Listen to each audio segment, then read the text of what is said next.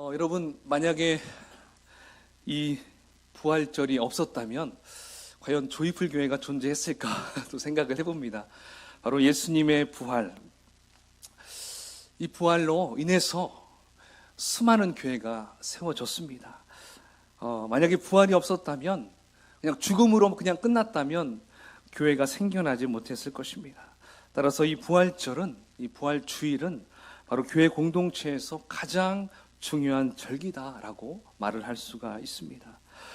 여러분, 사도행전 5장 34절로 이렇게 쭉 말씀을 읽다 보면 거기에 그 가말리엘이라는 사람이 기독교인들을 이렇게, 그러니까 여기서 기독교인들은 예수님의 제자들이에요. 예수님의 제자들을 변호하는 부분이 나오거든요. 여러분, 가말리엘이 누구냐면 바울의 스승이에요. 그러니까 바울이 회심하기 이전의 스승이 바로 가말리엘이었습니다. 근데 이 가말리엘은 당시 율법 교사로서 모든 백성들에게 굉장히 칭송을 받고 존경을 받는 분이었어요. 굉장히 훌륭했던 분이었습니다. 근데 예수님께서 부활하시고 승천하신 후에 제자들이 성령을 받고 이제 막 뜨거운 열정을 가지고 복음을 딱 증거하려고 하는데 무엇이 따라왔습니까? 많은 핍박이 따라왔죠. 따라오니까 이제 이 가말리엘, 이 사람이 이제 예수님의 제자들, 그 사도들을 변호해주는 대목이 바로 사도행전 5장 34절 이하에 나와요. 그래서 그 사람이 공회에서 수많은 사람들에게 이렇게 이야기를 합니다. 제가 그분의 음성은 제가 잘 모르지만 어쨌든 그분이 하는 대목을 제가 한번 읽어드리겠습니다. 이렇게 이야기를 시작합니다. 예수님이 오시기 수년 전에 드다라는 사람이 일어났는데 자신을 위대한 사람이라고 선전하니까 400명의 사람들이 그를 따랐습니다. 그런데 그가 죽게 되니까 그를 쫓았던 모든 사람들이 다 흩어져 버렸습니다. 그리고 갈릴리 출신 유다라는 사람도 반란을 일으키면서 많은 사람들이 따랐는데 그가 죽게 되니까 또 쫓았던 모든 사람들이 다 흩어져 버렸습니다. 그래서 지금 내가 여러분에게 말씀드리는 바는 이것이요, 이 사람들, 즉 예수님의 제자들이죠, 이 사람들에게서 손을 떼고 이들을 그대로 내버려 두시오. 이 사람들의 이 계획이나 활동이 사람에게서 난 것이면 망할 것이요, 하나님에게서 난 것이면 여러분은 그것을 없앨 수 없어. 도리어 여러분이 하나님을 대적하는 자가 될까봐 두렵소. 이 대목이 사도행전 5장 34절 이후에 나오는 부분입니다. 자, 여러분, 가말리엘이 이렇게 많은 사람들에게 얘기를 하니까 공회의 사람들이 그 말이 옳다라고 다 동의를 하게 되었습니다. 그래서 제자들이 거기서는 더 이상 핍박받지 않았죠. 그런데 여러분, 그렇다고 해서 그 이후에 제자들이 핍박을 안 받았습니까? 아니죠. 수많은 핍박 가운데서도 이들은 결코 멈추지 않았어요. 제자들은, 사도들은 멈추지 않았어요. 오히려 무너지지 않고 더욱더 왕성해진 걸 볼 수가 있습니다. 특별히 그 이후에 기독교가 어떻습니까? 세상 정권에 대항하면서 끝까지 버텼을 때 결국 그 정권이 무너졌어요. 교회는 무너지지 않았어요. 그리고 당시 로마 제국의 국교가 기독교로 바뀌어버리는 그런 놀라운 사건이 벌어지게 되는 것이죠. 자, 여러분, 그렇다면 도대체 기독교가 그런 무수한 핍박 가운데서도 무너지지 않고 지금까지 계속적으로 나아갈 수 있었던 그 비결, 그게 무엇이었을까요? 그 힘은 어디에 있는 것일까요? 그것은 바로 예수 그리스도께서 다시 살아나셨다는 이 부활에 있습니다. 할렐루야. 바로 이 부활 때문에 수많은 어려움 속에서, 핍박 속에서, 죽음이 앞에 놓여 있는 그런 상황에서도 이들은 버틸 수 있었습니다. 끝까지 걸어갈 수 있었던 것이죠.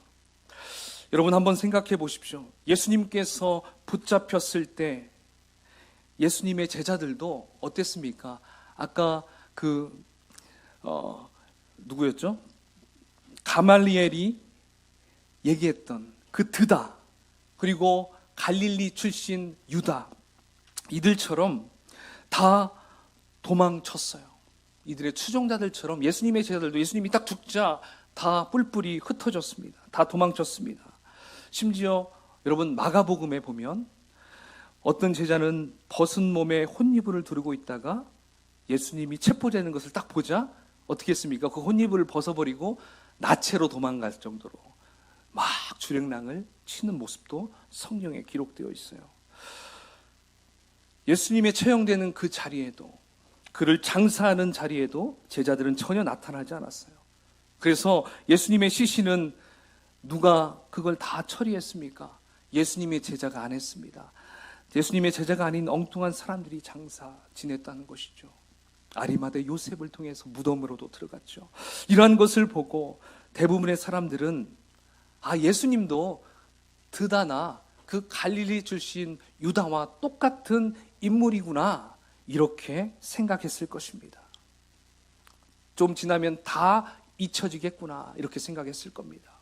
그런데 그 이후에 그들이 어떻게 됐습니까? 그 제자들이 달라집니다. 그렇게 도망치고 뿔뿔이 흩어졌던 비겁하고 약했던 그 제자들이 다시 모였습니다.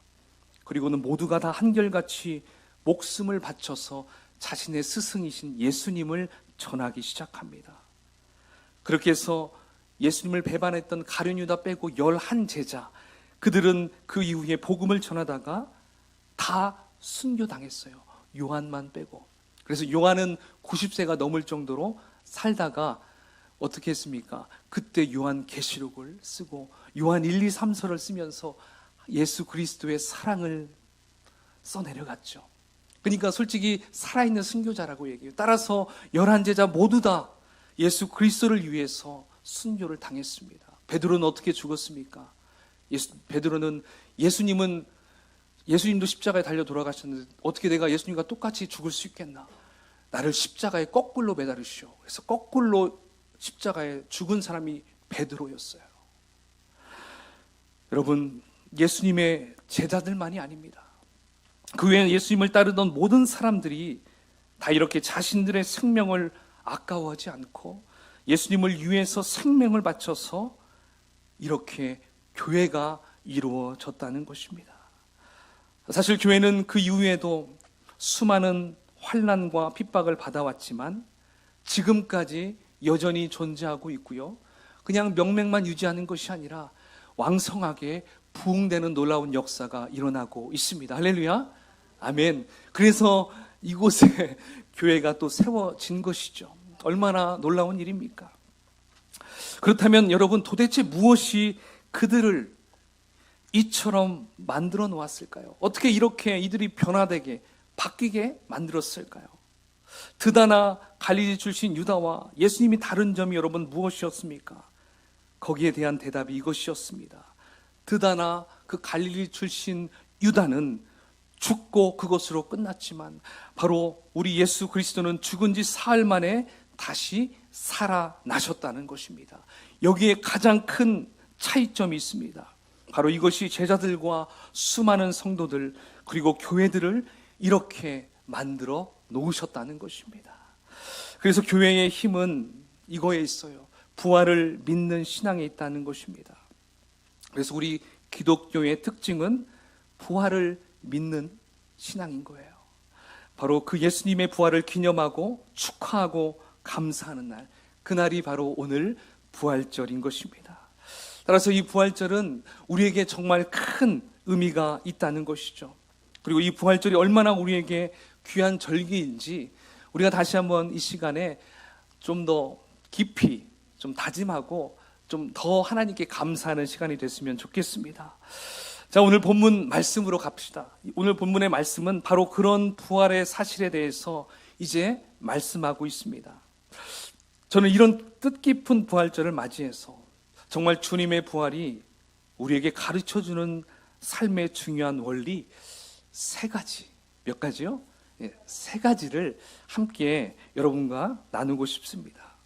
여러분, 이 세 가지를 여러분 잘 마음속에 간직하며 살아간다면 이 세상을 살아가는데 아주 큰 힘이 될 것이라고 저는 믿어 의심치 않습니다. 자, 그렇다면 첫 번째입니다. 자, 첫 번째 한번 보여주시죠. 한번 읽어볼까요? 시작.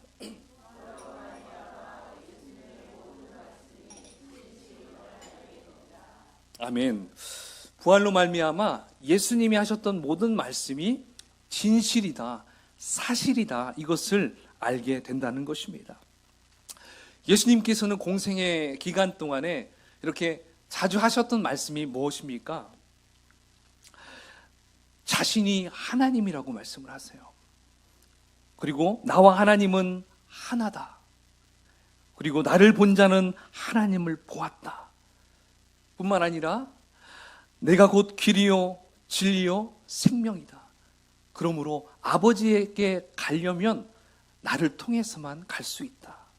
이렇게 얘기를 하셨어요. 그리고 또 이런 얘기도 하셨죠. 자신이 죽으면 이제 3일 후에 다시 살아날 것이다. 이렇게 얘기 다 했어요. 그런데 여러분 어떻습니까? 이 말씀이 너무나 엄청난 말씀이어서 그랬는지 제자들은 이 말씀을 듣고 귀담아 듣지 않았어요. 그냥 흘려버렸어요. 좀 믿을만해야 믿지, 너무 본인이 어떻게 하나님이라고 하지? 어떻게 살아나신다고 하지? 참 보니까 이건 조금 이해할 수 없기 때문에 그냥 지나쳐 버릴 수가 있다는 것이었죠. 그리고 예수님이 살아나셨어요. 살아나셔서 그 여인들이 와서 예수님이 살아나셨대요, 이렇게 얘기를 들었을 때 그들이 아멘 할렐루야 드디어 성취하셨군요 했습니까? 설마 이렇게 했죠. 설마 정말? 네. 이렇게 이들이 절대 믿지를 못했습니다. 그런데 예수님은 말씀하신 대로 다시 살아나셨죠. 이것으로 예수님의 말씀은 거짓 과장이 아니라 진실이라는 것을 뜻하게 되었습니다. 그래서 우리는 예수님의 하신 모든 말씀을 믿을 수 있게 되는 것입니다. 할렐루야, 아멘. 여러분 우리가 성경을 읽다가 보면 어떻습니까? 참 납득되지 않은 부분들이 참 많이 나와요. 이건 너무 허무맹랑해, 이렇게 생각이 되는 부분이 분명히 있습니다. 그렇지 않았습니까?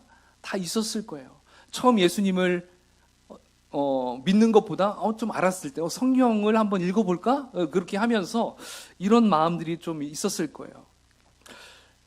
근데 또 계속 어쨌든 읽어봐요. 읽다 보니까 복음서, 마태, 마가, 누가, 복음서 끝에쯤에 가면 무슨 내용이 나옵니까? 예수님이 고난을 받고 또 십자가에 달리시고 죽으시고 부활하신 그 부분들이 나와요. 근데 여러분 이 부분들을 읽으실 때 만일 이 사건이 정말 인격적으로 나에게 다가왔을 때, 실제적으로 다가왔을 때 무슨 일이 벌어지냐면 성경의 말씀이 이제 달라져 보여요. 달라 보인다는 것입니다. 그리고 성경을 보는 눈이 달라진다는 것입니다. 솔직히 우리가 영적인 체험을 하지 못하면 참 성경 말씀을 받아들이기가 참 힘듭니다. 그렇기 때문에 어떻게 해야 될까요? 예수님을 만나야 돼요. 할렐루야. 부활하신 예수님을 만나야 돼요. 그 예수님을 만나야 이 말씀이 이해가 돼요. 그냥 머리로 이해가 되는 게 아니라 내 가슴으로, 내 마음으로 그냥 턱 받아지게 되죠. 이게 그냥 다 풀어지게 된다는 것입니다. 따라서 여러분 우리는 예수님을 만나는 게 너무 중요해요. 어디에서 만나야 될까요? 어떤 분들은 기도하면서 만나요. 또 어떤 분들은 성경을 보면서 예수님을 만나요. 또 어떤 분들은 꿈에서 만나요. 예, 그렇죠? 꿈에서 예수님을 만나는 분이 있어요. 그러니까 어쨌든 예수님은 어떠한 장소든 시간이든 무엇을 초월해서든 예수님을 만나는 게 너무 중요해요. 여러분 예수님을 혹시 아직 못 만나셨습니까? 그렇다면 어떻게 해야 될까요? 기도해야겠죠. 주님, 내가 주님을 만나고 싶어요. 사모하는 마음으로 주님께 나아가야 돼요. 여러분 만나지 않으면 역사는 이루어지지 않아요. 여러분, 남녀가 만나지 않고 어떻게 연인이 될 수 있겠습니까? 통화만 하고 편지로만 쓴다고 그게 되겠어요? 만나서 대화하고 밥을 먹고, 예, 그렇게 함으로써 서로를 알고 연인이 되고 나중에는 결혼까지 갈 수 있는 거잖아요. 따라서 우리가 주님을 만나기를 위해서 우리가 할 수 있는 방법들을 많이 동원해야 돼요. 어떤 분들은 기도하고, 어떤 분들은 찬양을 통해서, 어떤 분들은 정말 말씀, 성경을 통해서, 어떤 분들은 정말 영화, 그런 예수님에 대해 관련된 그런 영화를 통해서든, 또 누구와 대화를 통해서든, 상담을 통해서든, 이러한 부분을 통해서 인격적으로 예수님을 만난다는 것입니다. 그리고 어떤 분들은 정말 힘든 고통 속에서 예수님을 만나요. 죽을 상황에서 마지막 천국 가기 직전에 만나는 분도 있어요. 땡 잡은 거죠. 그러면 어쨌든 만나야 돼요. 만남이 있어야 된다는 것입니다. 최고예요. 따라서 우리는 이 부활하신 예수님은, 그 예수님이 하신 모든 말씀을 이게 다 받아들여지고 이게 다 진실성 있게 받아들이기 위해서는 부활하신 예수님을 만나야 된다. 이게 너무 중요하다는 것이죠. 두 번째는요, 한번 읽어볼까요? 시작. 예수님의 부활로 우리는 하나님의 능력을 알게 됩니다. 아멘. 여러분, 예수님은요, 십자가에 못 박히심으로 모든 것이 끝나는 것 같았어요. 그렇죠? 그 당시 예수님 돌아가실 때 이제 다 끝났다. 예, 이제 뭐 더 이상 아무런 희망이 없다. 가장 좋아했던 자가 누굽니까? 마귀 사탄이었죠. 거기에 지켜보던 사람들은 하나님도 어쩔 수 없는 분이시구나. 하나님의 실패작이구나. 다 이렇게 생각을 했습니다. 이 모든 게 마귀가 원하는 대로 다 된 것이구나. 이렇게 여겼습니다. 그러나 3일 동안 예수님께서 무덤에 있다가 이제 부활을 하신 거죠. 이제 모든 것이 어떻게 됐습니까? 역전되어 버렸습니다. 모든 것이 달라졌어요. 주님의 능력이 나타났습니다. 하나님의 승리가 나타났다는 것입니다. 할렐루야.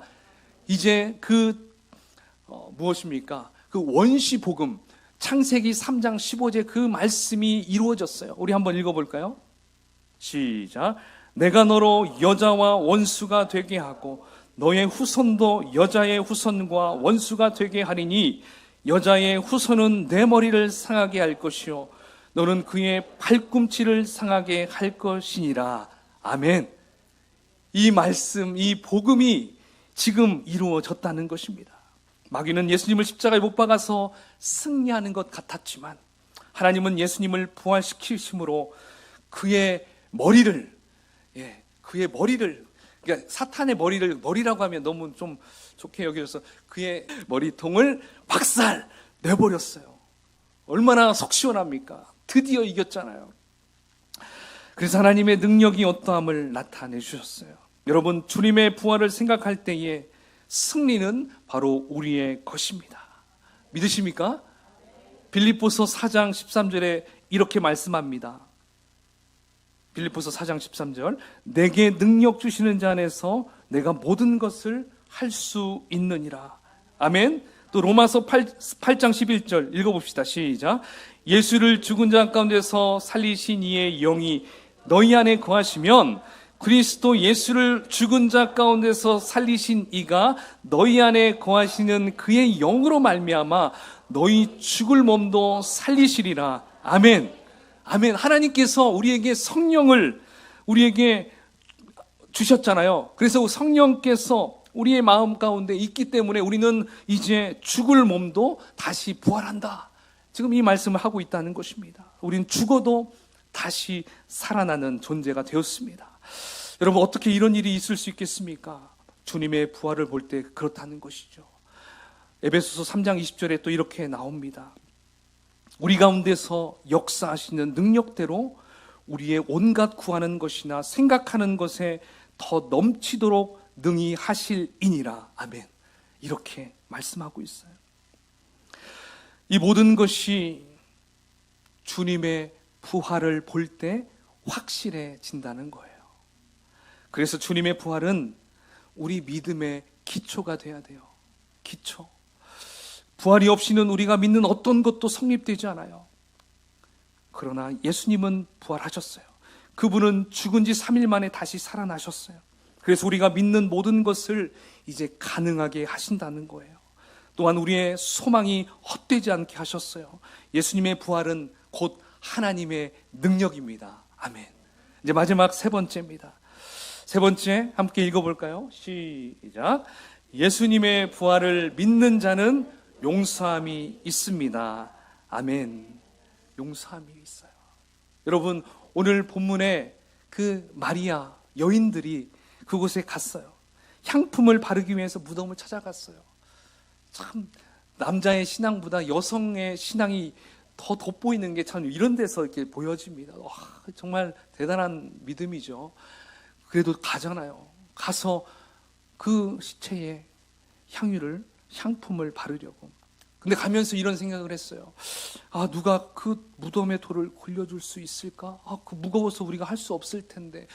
이러한 걱정을 가지면서 이렇게 갔죠. 그런데 거기 가보니까 이미 돌은 굴려져 있었습니다.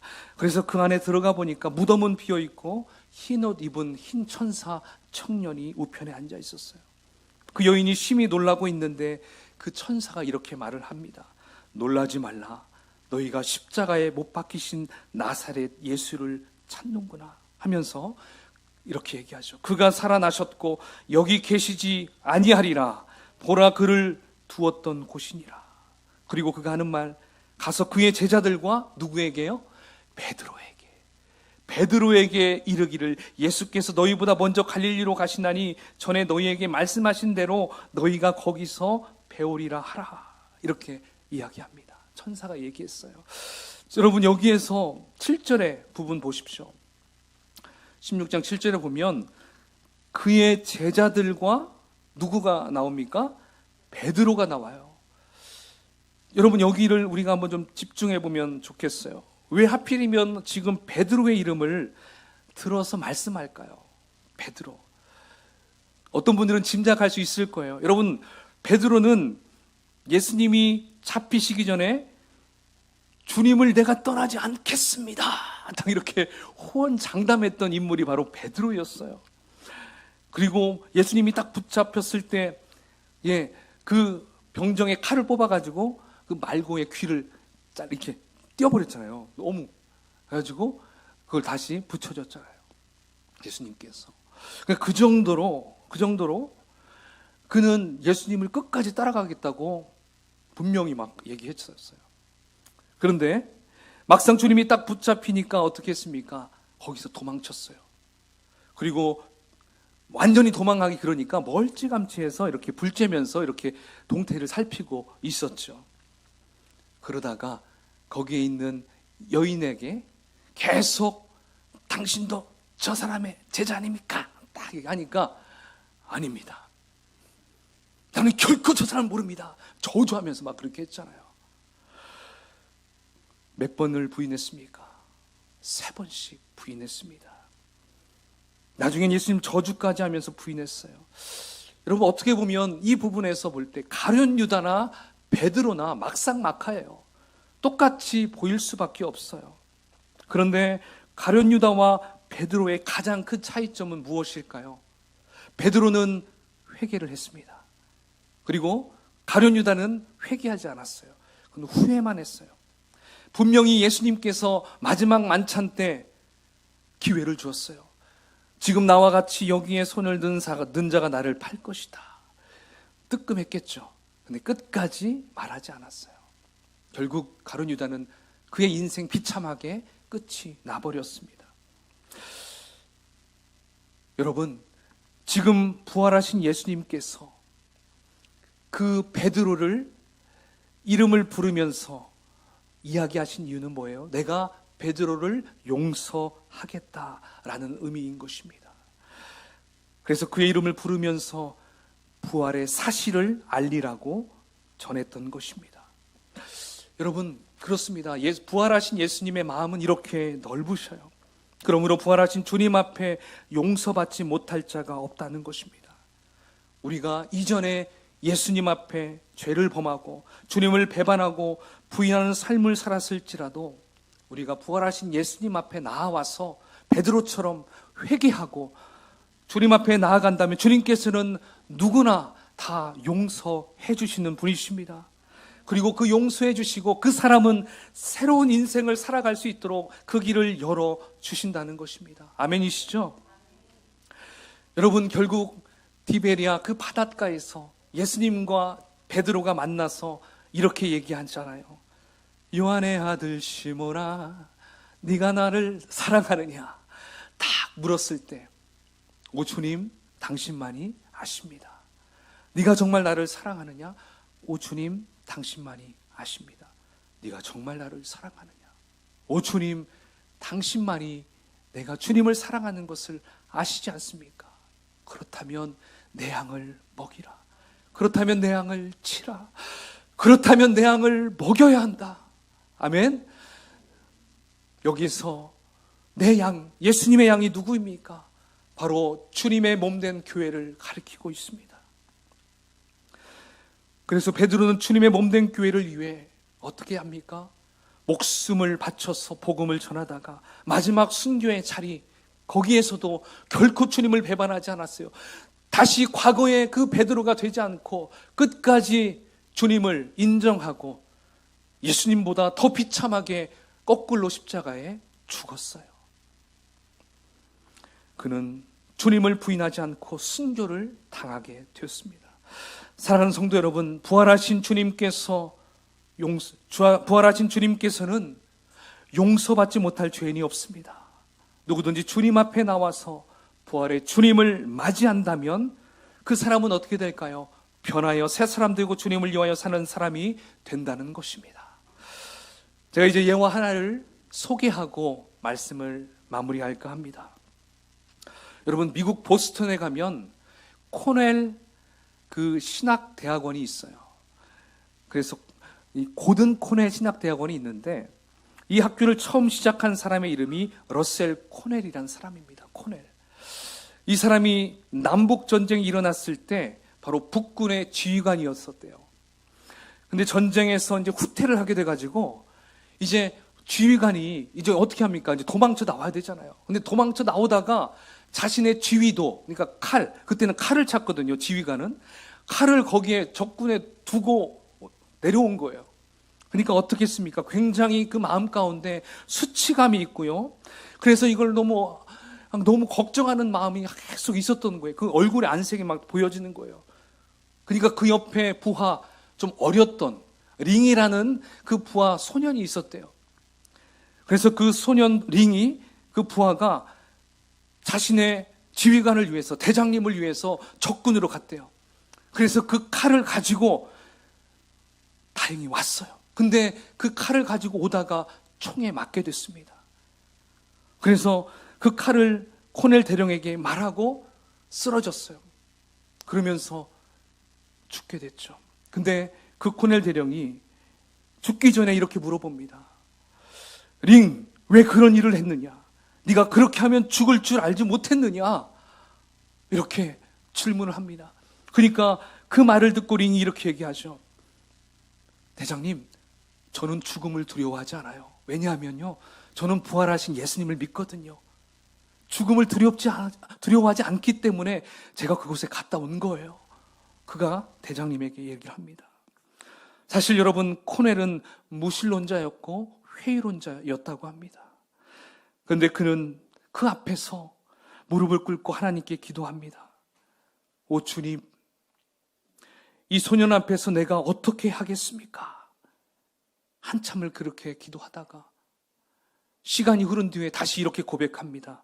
주님, 이 소년이 찾은 하나님을 위해서 제 몸을 바치겠습니다.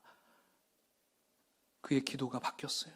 그리고 그가 결국 예수님을 영접하고 신학을 공부하고 자신의 전 재산을 털어서 세운 것이 바로 코넬 신학교라고 합니다. 여러분, 이렇게 그가 변할 수 있는 것은 무엇 때문에 변할 수 있었습니까? 링의 그 부활 신앙을 그가 보았기 때문에 그렇습니다.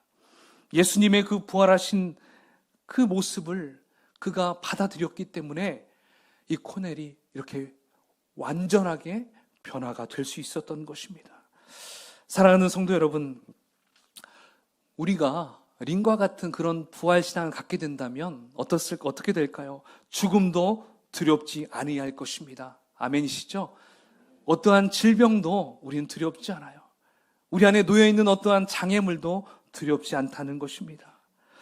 또 코넬과 같이 불신자 회의론자라도 주님의 부활을 믿기만 하면 변화될 수 있습니다. 여러분 혹시 주변에 이런 무신론자, 전혀 막 차가운 그런 냉혈인간 같은 분이 있습니까? 여러분, 이러한 사람들에게도 소망이 있어요. 그 사람들이 예수님을 만나면, 부활의 예수님을 만나면 코넬과 같이 놀라운 기적이 벌어집니다. 이 가운데서도 그러한 사람들도 있을 거예요. 그렇게 변화된 분들도 있을 거예요. 여러분, 결코 우리는 포기하지 않아야 돼요. 저 사람은 택한 자야, 저 사람은 택하지 않은 자가 아니라 모든 자가 하나님이 구원시키길 원하시는 분으로 우리는 바라봐야 될 줄 믿습니다. 그 부활의 소망으로 우리가 오늘 하루도 그리고 남은 모든 인생 속에서도 그러한 삶을 살아가시는 저와 여러분이 되시기를 축원을 드리겠습니다. 아멘.